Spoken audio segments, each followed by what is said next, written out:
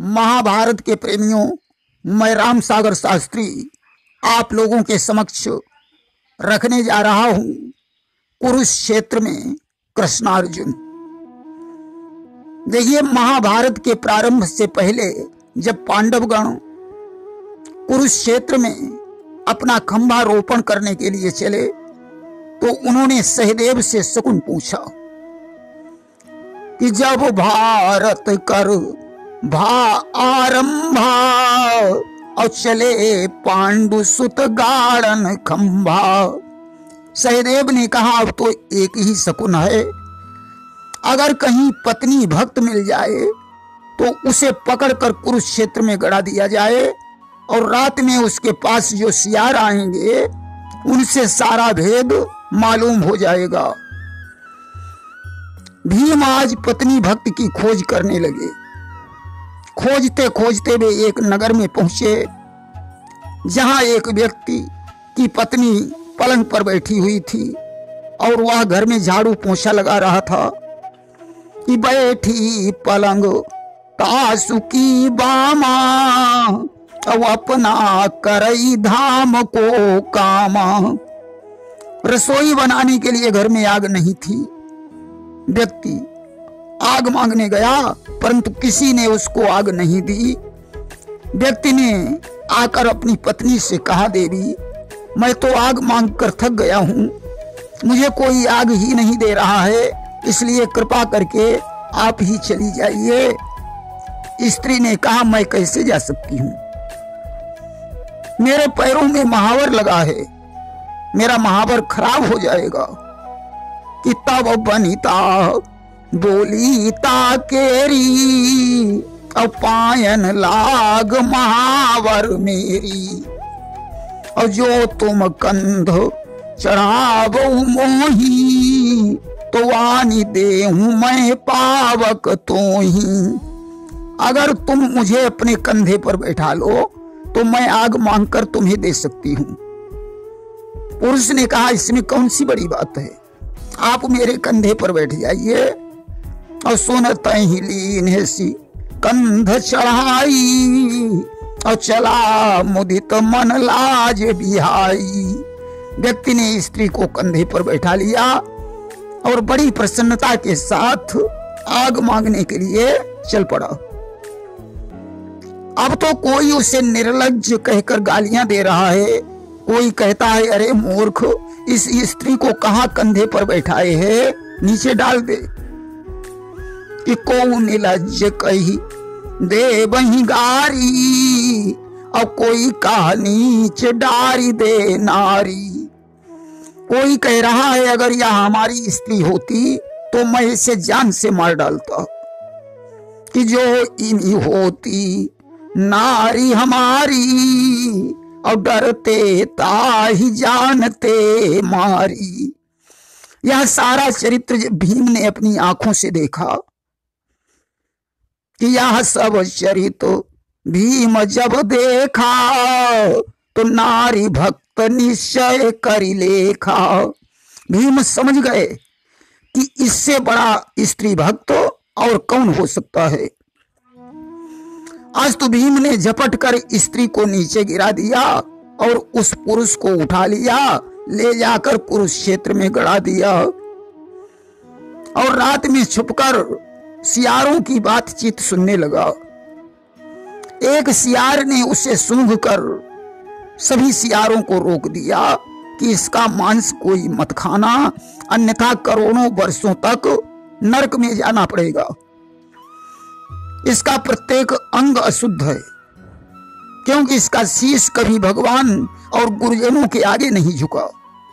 इसने आंखों से कभी भगवान का दर्शन नहीं किया, अपने हाथों से कभी दान नहीं दिया, इसके पैर कभी तीर्थ यात्रा करने नहीं गए। यह कामी पुरुष स्त्री के लावण्य में डूबा रहा। ऐसे पापी का मांस खाने से वैकुंठ कैसे मिल सकता है। कल यहां महाभारत होगा, उसमें नाना प्रकार के अस्त्र शस्त्रों का संधान होगा। बड़े बड़े बलवान युद्ध में जूझेंगे कि चली हैं अस्त्र शस्त्र विधि नाना और जुझी हैं बड़े बड़े बलवाना, उनका मांस खाने से हमें देवलोक की प्राप्ति होगी। कि भक्षण की ने जिन कर्माशा, हुई है हमें देव पूर्वासा। आज तो सारे सियार वापस चले गए।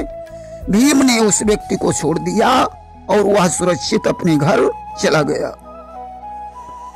देखिए, जिस समय कुरुक्षेत्र में कृष्ण और अर्जुन पहुंचे तो वहां युद्ध की देवी प्रकट हो गई। कि समर भूमि जब गए कृपाला, और रणचंडी प्रगटी ते ही काला। युद्ध की देवी ने कहा, यह हमारी भूमि है, बिना रक्तपान किए मैं तुम्हें युद्ध नहीं करने दूंगी। कि रक्तपान पहले हम की हूं, और बिना बलि युद्ध करन नहीं दी हूं। अब तो अर्जुन विचार करने लगे कि आखिर किसका बलिदान किया जाए। भगवान कृष्ण ने अर्जुन से कहा, अब तुम्हें उलूपी के पुत्र इरावन का बलिदान करना पड़ेगा। आज कृष्ण और अर्जुन इरावन के पास पहुंचे और उन्होंने कहा, इरावन हमें तुम्हारी सहायता की जरूरत है। इरावन ने कहा, बताओ मैं किस प्रकार से आपकी सहायता करूं। भगवान कृष्ण बोले, रणचंडी बलिदान मांग रही है, इसलिए तुम्हें अपनी भेंट देनी होगी। इरावन ने कहा, मैं कुंवारा हूं और कुंवारा मरने पर मेरी मुक्ति नहीं होगी।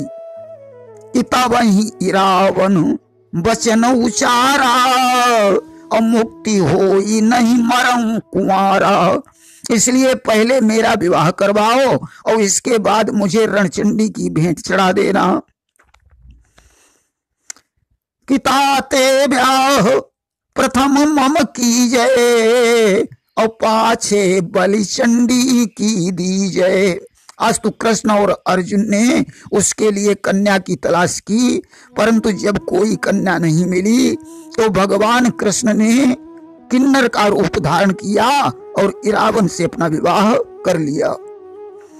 कि किन्नर रूप कृष्ण तब लीना, और ब्याह इरावन से कर लीना। रात ही रात में घड़ा फोड़ दिया और इरावन का बलिदान कर दिया। इसीलिए इरावन को किन्नरों का देवता माना जाता है। देखिए, अर्जुन ने उलूपी से अपना विवाह कब किया था। यह बात उस समय की है जब द्रौपदी से विवाह करके पांचों पांडव घर लौटे और उन्होंने माता कुंती को पुकारा। उस समय कुंती ने अंदर से कहा, बेटा आज की भिक्षा में तुम लोगों का भाग बराबर बराबर है। आज तो द्रौपदी 5 पतियों की रानी बन गई। देवर्षि नारद ने पांडवों के यहाँ पहुंचकर एक कानून बनवा दिया कि वर्ष में 360 दिन होते हैं, इसलिए प्रत्येक पुरुष 72 दिनों तक द्रौपदी के महलों में रहेगा और जो इस नियम का उल्लंघन करेगा उसे 12 वर्ष का वनवास भोगना पड़ेगा।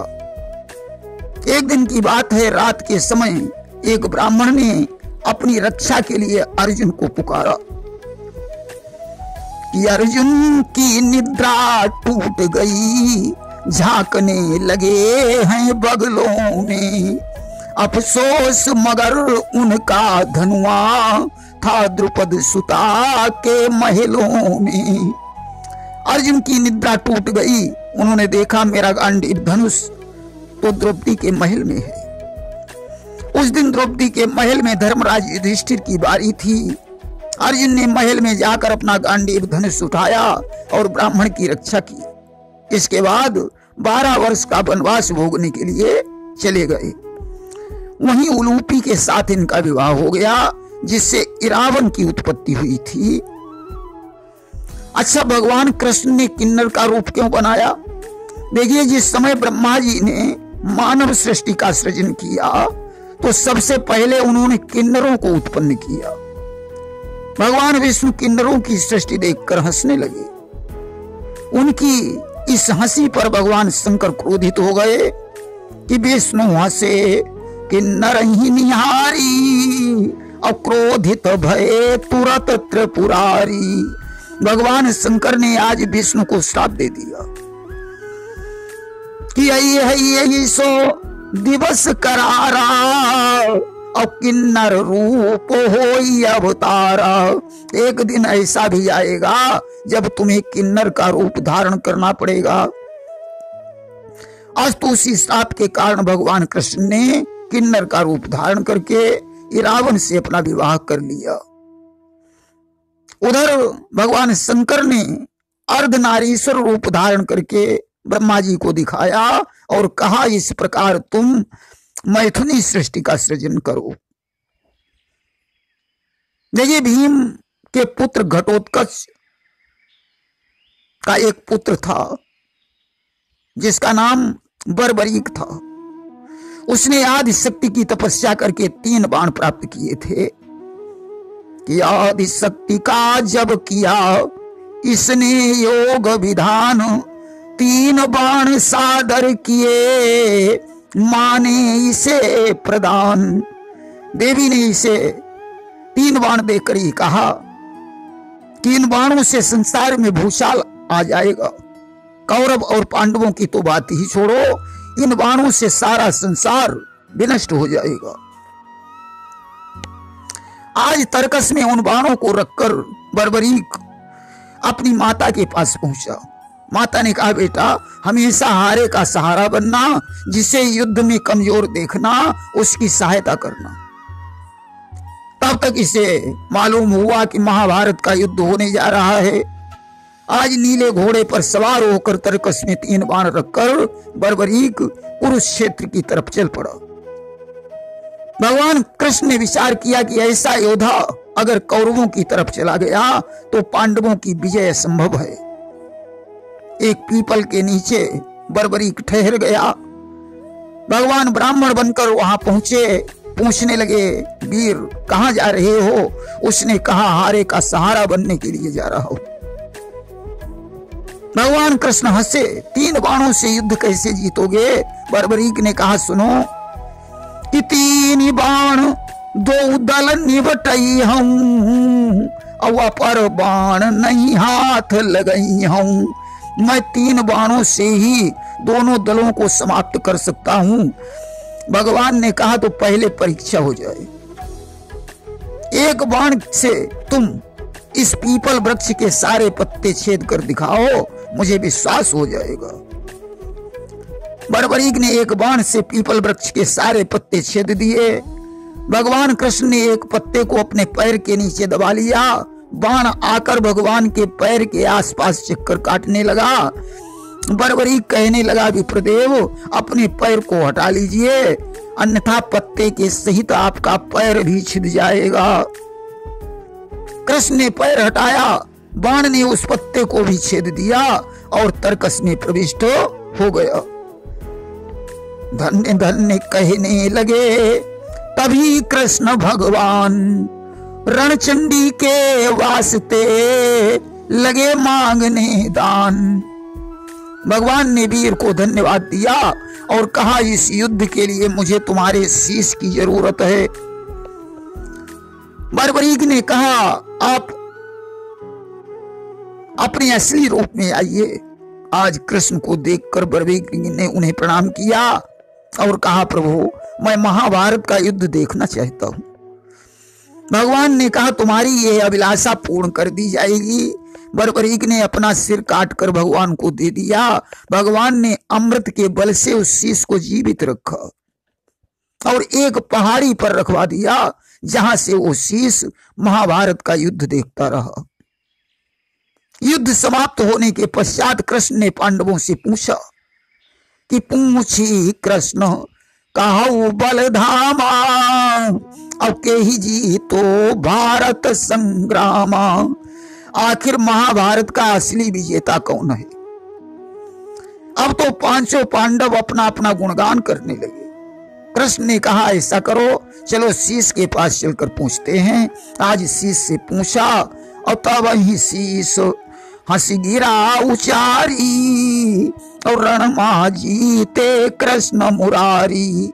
शीश ने कहा, हमने तो अपनी आंखों से युद्ध में भगवान कृष्ण के चक्र सुदर्शन को देखा, जो शत्रुओं के शीश काट काट कर पृथ्वी पर गिरा रहा था। इसलिए महाभारत के असली विजेता कृष्ण हैं। आज भगवान कृष्ण बड़े प्रसन्न हुए और उन्होंने बर्बरी के शीश को अपने नाम से जोड़कर खाटू श्याम बना दिया कि प्रभु ने अपने नाम से जोड़ा उसका नाम, बर्बरीक का सिर बना जग में खाटू श्याम। प्रेम से बोलिए वृंदावन बिहारी लाल की जय।